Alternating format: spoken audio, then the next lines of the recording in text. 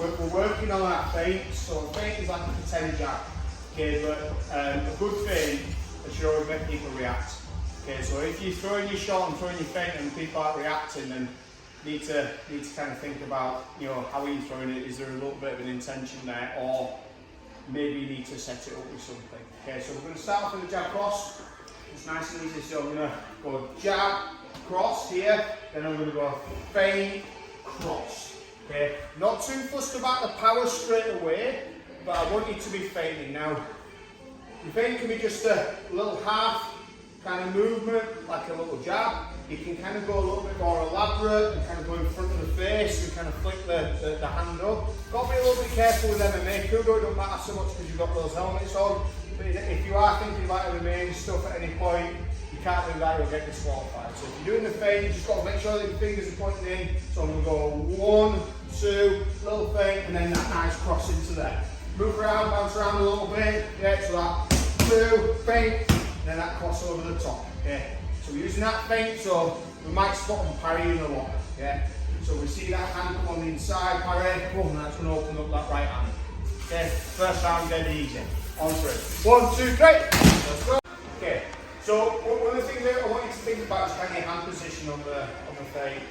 Because if my hands went up here, like, I'm not worried about it. So if you feint and you're kind of doing this kind of like sock puppet kind of thing, I'm not worried about that. There's no real effective shot you've got there. Anything that comes from that position is just probably going to piss me off and make me want to kill you. Okay, so you can only really kind of snap from that position. So if your hand goes up to there, I'm not worried. It's the hand going into here, because that's the pattern I'm after.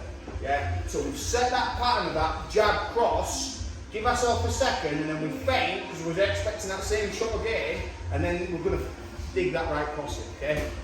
So from here, start with the same combo, so jab, cross, feint, okay, and we're going to go into a cross, hook, cross, okay. Our last 3 shots are kill shots, so this is going to be a tiring round, because I want you to throw those shots with a bit of power, okay. If we're getting used to gloves and the pads and stuff like that, don't worry about the power, but just get that good connection, okay. So, we'll go jab, cross, in, move around, feint, 1, 2, 3. Big power shots there. Okay, jab cross, set the pattern. Feint, 2, 3. Into that shot. You see I'm always moving around like I'm having a scrap. Okay, program your brain now. Yeah, there should be no difference between how you hit pads and how you spar.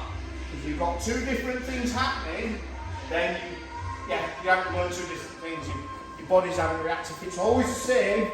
So I'm acting like I'm sparring, same as if I were fighting, exact same movement, exact same motion, exact same intention. That's what we're after. On 3. 1, 2, 3. Slide with that, okay? So I'm going to still start that jab cross, set the pattern. Okay? This time I'm going to feint, okay? As I go for the feint, and I see his reaction, his hands go up, yeah, I'm going to come in and I'm going to grab the gi, okay?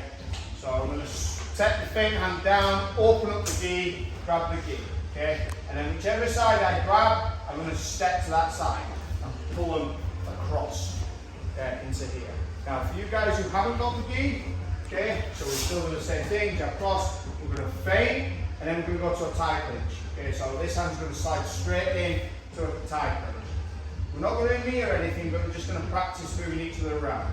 Okay, just nice and steady. Just move around. Okay, so we take a little bit of a step and then we pull the head just nice and easy to where we've just stepped from. Okay, so if you've got a gi, set the pattern, in, up, open, round, and then start thinking about combinations, whatever he's going to put up. He might give me a headbutt, so in there, so my headbutt and stuff. Okay, if it's tight clinch because we don't have a gi, in, break, close the distance, hands behind the back of the neck, and just move around, okay? If you get comfortable with that, and you're not dragging too hard, just a little touch, okay? Just nice and steady. So I'm start linking that, clinching up this combination. On 3. 1, 2, 3. Good. Okay, so we're now going to add that clinch up. So we're going to still set the pattern with that jab cross. Okay, he's going to feint. The feint's then going to come down. It's going to open up a pocket. So pocket here, then he's going to switch grips. Okay, so he's going to open the pocket here, then he's going to step over, round, and lead me into this position. From here, this is where he can throw his kicks, his hands, his headbutts, and stuff like that. You guys who don't have a gi, that's when we're going to go into a clinch. So the hand's not coming down to open up the gi, it's just going straight into that clinch position. So he sets the pattern, boom. He's going to feint, I react, he's going to step. Yeah, and then if you're feeling comfortable, don't throw a big knee, but you're just going to touch the knee. You can have your pads there, just that little touch, okay? With the knee though, it's that bunny bit, so you're touching in. So I don't want the knee going in and it's touching with the thigh, it's that kneecap that's going in. That's why we're going to go dead steady with it. So last time we kicked that knee, so in, 1, 2, I freak out, comes in, goes his distance, pulls round, hits that knee. Okay? When he breaks, see how his hands are up. Get used to that now. Yeah, get used to that now. Don't be lazy. Yeah, it's an automatic thing. Anytime we detach from here, our hands go up and we cover either long guard or whatever. Okay, let's go on 3. 1, 2, 3.